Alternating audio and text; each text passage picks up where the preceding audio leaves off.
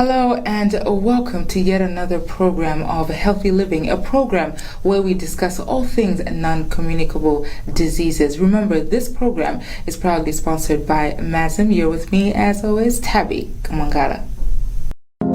You have all your MASM information in one place. With the MASM mobile app, all MASM members register on the MASM mobile app.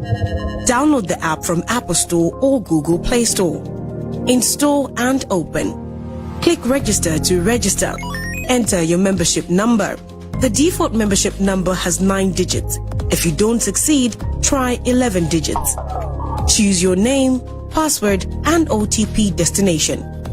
Remember, when adding your mobile number, 265, not plus 265. You can also register with your email address easily and keep updated with your MASM account right in the palm of your hand. For more information, email infodesk@masm.mw or visit www.masm.mw.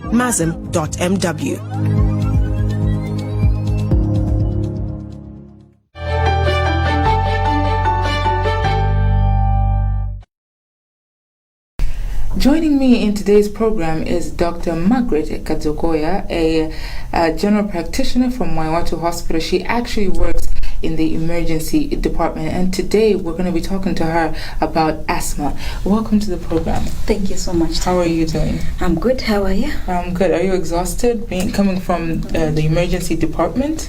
It can be tiresome. It has its days. Yeah. But at least today is a fair one. Yeah. Okay, we understand. So as I had alluded to earlier, we're here to talk about asthma. I have family members who have asthma. I have friends who have asthma, but maybe we don't understand the intricacies or the details of what asthma is. Could you explain to us what is asthma? Thank you so much, Tabby. When you talk of asthma, of course, it's a condition that affects one's way of breathing. Yeah. So if we say that, it means it involves one's chest, because that's where the breathing process happens. So with asthma, we're talking of a person who has got something that irritates the airway. So when there's something from the environment that comes in, that person breathes it in, so it can irritate the airway, and as a natural response, the body will try to find that thing that's irritating it, causing a process that's known as inflammation. Okay, so as the body is trying to clear that, you find the airway gets inflamed, and when it is inflamed, there is some blockage, there's some obstruction, and that obstruction, it causes some entrapment of the air, so much that the person who is involved has problems to either take in enough air or to take out the air that needs to be breathed out. So basically, in a nutshell, that is asthma. So we are talking of somebody who has some things that can irritate the airway, and in trying to respond or trying to overcome that irritation, so the airway gets blocked because there is inflammation, or we can put it as maybe some swelling inside, and this one narrows the airway where the air passes through. So you find that the passage becomes narrow, and when it becomes narrow, the person might have the difficulties to breathe. Right. Are you born with it, or you get it over time? Okay, so naturally it can be hereditary, meaning it can be passed on to family members, but usually the diagnosis of asthma cannot be made definite up until a person is after 5 years, because during the early years of life as children's bodies, they are very delicate, so they have got a lot of things that are happening inside. Some it's because of the underdevelopment, so you cannot really say this is asthma. And it's also because children, they react differently. maybe just a mere viral infection can cause them to have the same reaction. Okay, and this can cause them to act as if they have asthma or they don't have asthma. So it's only after one is 5 years that we can really say it's asthma. So you can be 5 years of age and have asthma? Yes. You can Wow. you can be 5 years and have asthma. Wow. And these people, you even see that the traits can be seen as early as maybe 6 months, 2 years. That young? That young, but you can't say this is asthma because there's a condition which is known as bronchiolitis in children. So it can be because they have a viral infection, chest infection, and this one can cause the same reaction. Sometimes they can be because they are those children who were born with maybe heart diseases.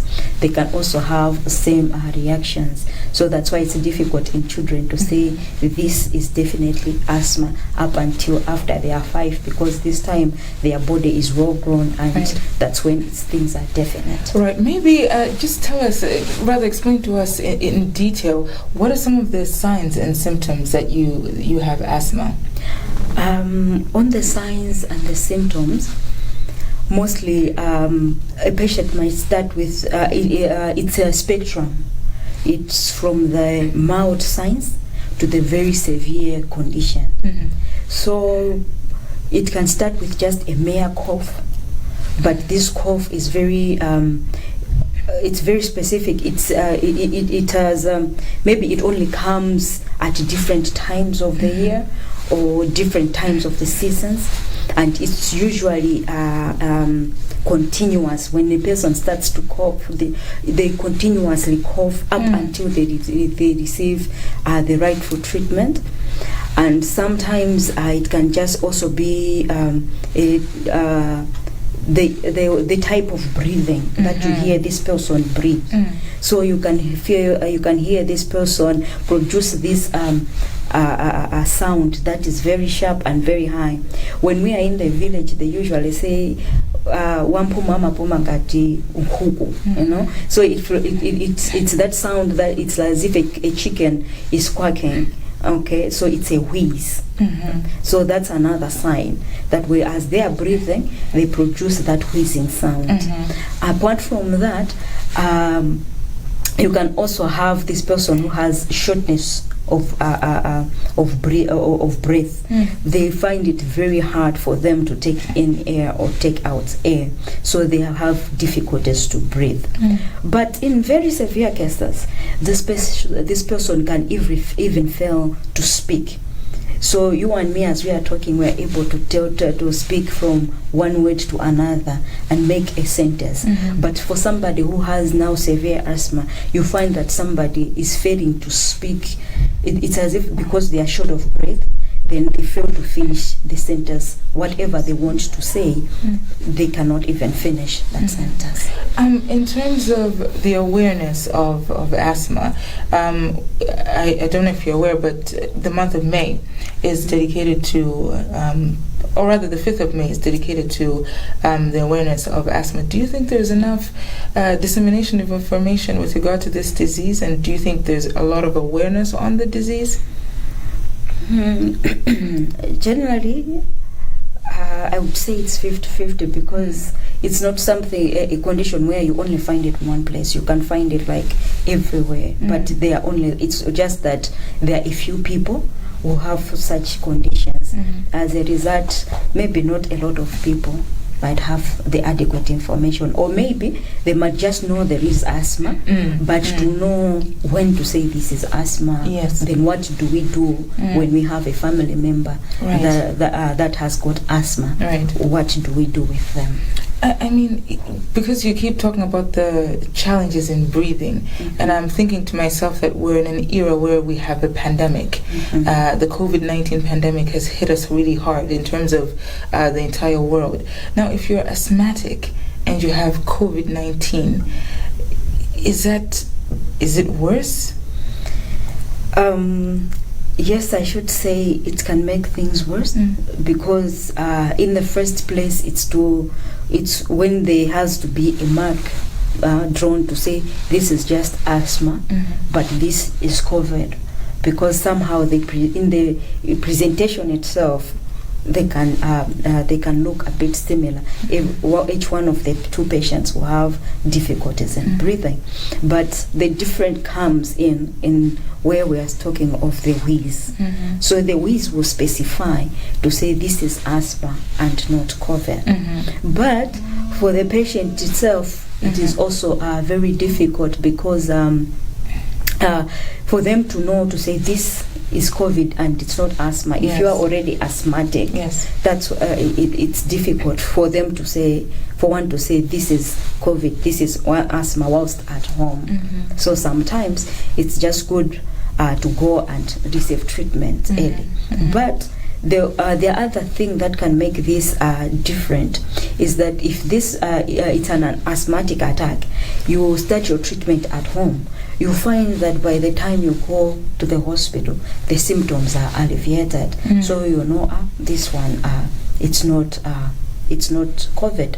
But you know also COVID has got other symptoms that come with it. It doesn't just come straight into shortness of breath. One might have a fever, one sometimes might have the sore throat. Okay. Unlike this person with asthma, they already have a history that I am asthmatic.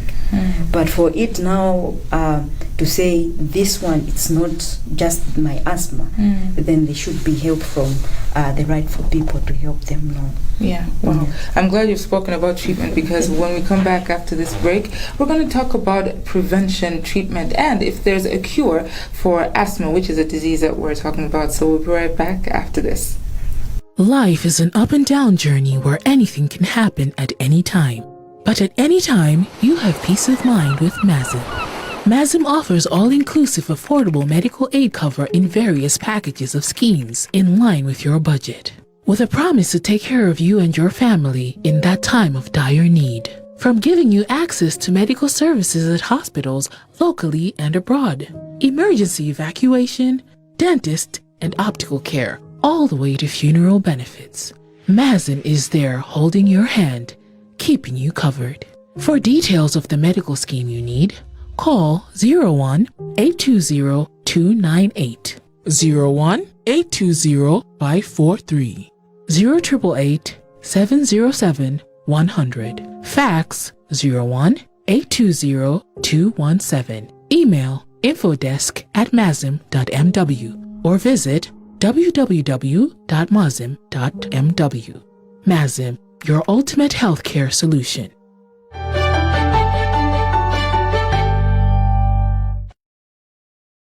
Welcome back. If you're just joining us, remember this is Healthy Living here on Times. We're talking to Dr. Margaret Katsokoya about asthma. Before the break, we were talking about what asthma is and what some of the signs and symptoms are. But is there any way that one can prevent becoming asthmatic? Unfortunately, it's very difficult. Because, as I said, with asthma, first there's the genetic part. So nobody can control what you inherit at birth. And then there is, I know a few cases which also come in adulthood, but this one can come because someone has got an underlying condition. So unless that other condition is treated, then the asthma, if it's resulting from another condition, then it would go. Let's just stick to that point for a bit. You can live life without asthma and become asthmatic at a later age. In rare cases, yes. Wow. Because this, we are talking of some people who have got heart diseases. So we have other heart diseases that can later, the system is connected, the heart and the lungs. So sometimes if the heart is filled maybe with, it's not working well, it's not pumping well, it can cause a congestion. So the heart itself will be full of your blood, and some of it can there's like a retention in your lungs, and because there's some fluid in your lungs, it can also cause the same response. So this one, but it's not like asthma, but it's because there's a response that is like asthma because there's another condition. But we are also called, there are a lot of spectrum. This is just an example. Now, is there a treatment? For asthma, there is a treatment. in terms that once you have the attack, that's when you receive the treatment that you need, and the symptoms get alleviated. So it's a matter of this person is asthmatic, but then it can be provoked so that it can start, and this person, that's why it's said you are in an attack. That means after some treatment it can resolve, but it does not go away completely. It can just be controlled. So, but are you on medication if you're asthmatic, or you're only taking a certain type of medication only when you get the attack? Okay, so in some people they might need to be on medication like for longer periods of time, but usually with asthma it's only when you have got an attack. But we also see people with things like an inhaler. Do you always have to have that?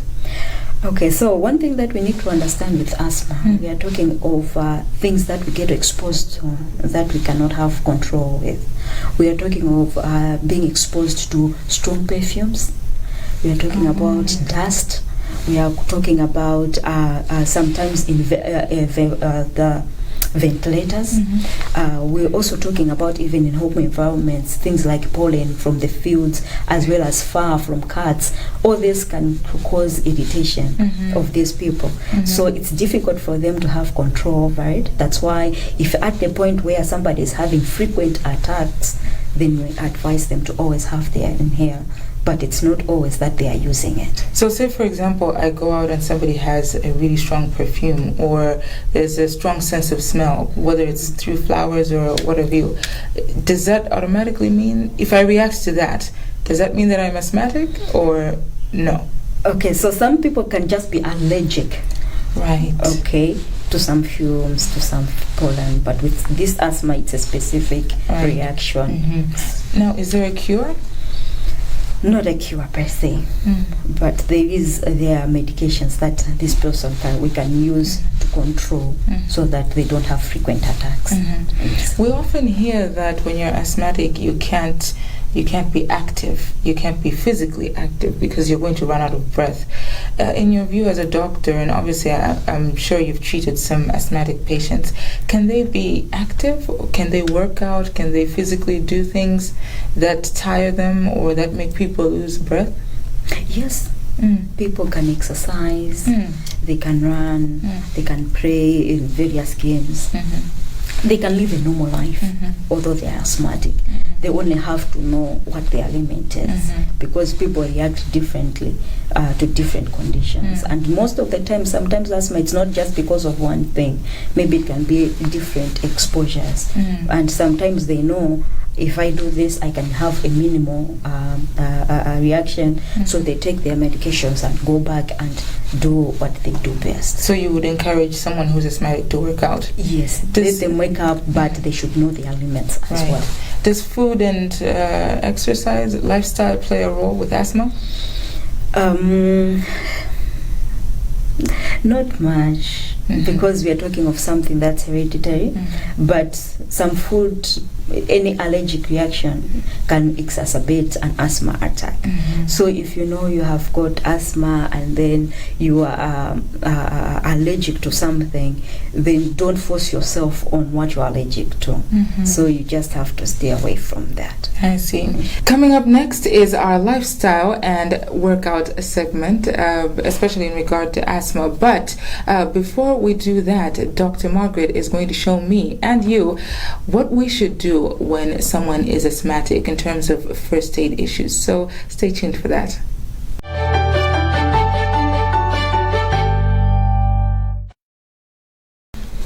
All right, so as we're talking about asthma, one thing we should know is that treating asthma starts at home.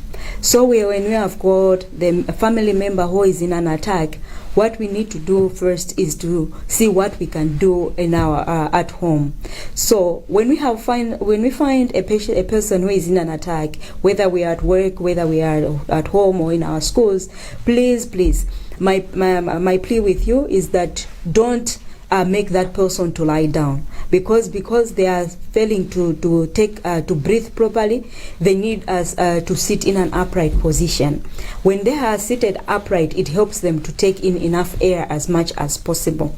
But also, don't take away, don't take off their clothes. Let them have their clothes on. If it's cold, make them as warm as possible.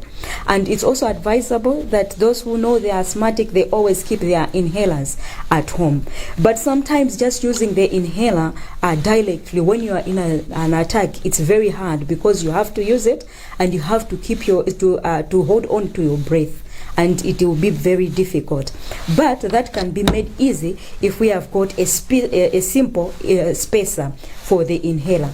So you can always find this from the hospital, where you find this inhaler. It has got 2 openings. The other first opening is where you connect the inhaler itself, and the other part is the mouthpiece. So you're going to put a tight seal on the inhaler. So you basically have to connect it like that, and then your mouth is going to be on the other side. But if it is a child, we can also have these masks, which helps for the child, because the child, it's difficult to control or to ask them to put a seal around the bottle. So we have a mask that you can connect, and then you're going to put this on the child's mouth like that. But I know not all, most of the people are going to find all this. So we can find these locally. This is just a water bottle that I used. You can have that. Just make a hole where you're going to connect the spacer, the inhaler, and the opening of the bottle is your mouthpiece. So the same way, you're going to take your inhaler, you're going to put it on the bottle, to have a tight fix like that. If you have made a big hole, make sure you put a cell tape around. So you use it like that, and you put it with a tight seal like that, and you're going to press on your inhaler, and then you let the patient to breathe. So I'll just demonstrate that.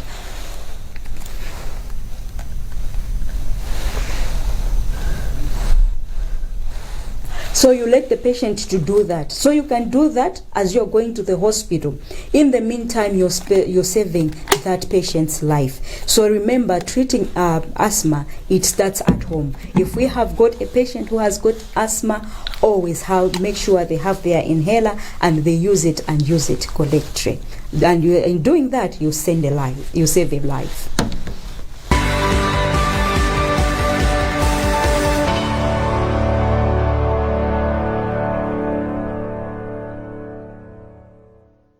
Hi, this is the fitness operator and my colleague Wad and Sten.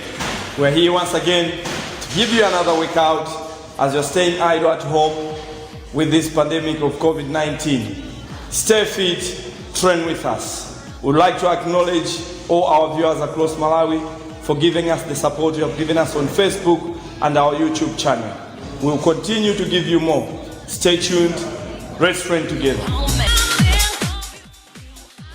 When doing bicycle plunge, make sure that the leg is straight, your other leg should be bent, your knee hit. Me, Tabby Gamangala. This is Healthy Living here on At Times. Joining me was Dr. Margaret Katsogoya from Mwaiwato Hospital. She's a general practitioner who works in the emergency department.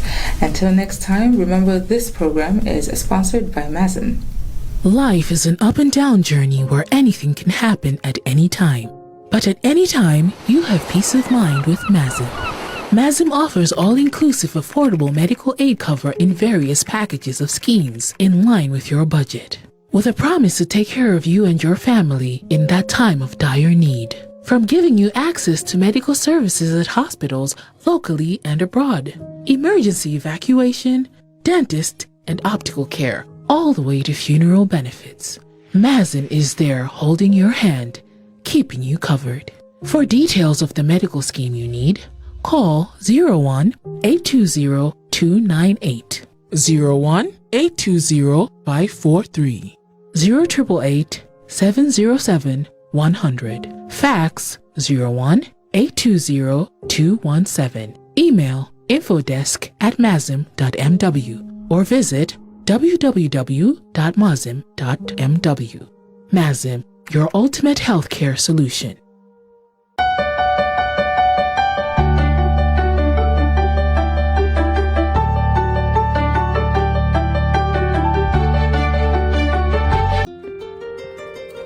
Mene ine ndi mkazi wanga Messi tinakhala ndi mwana wathu oyamba chisomo.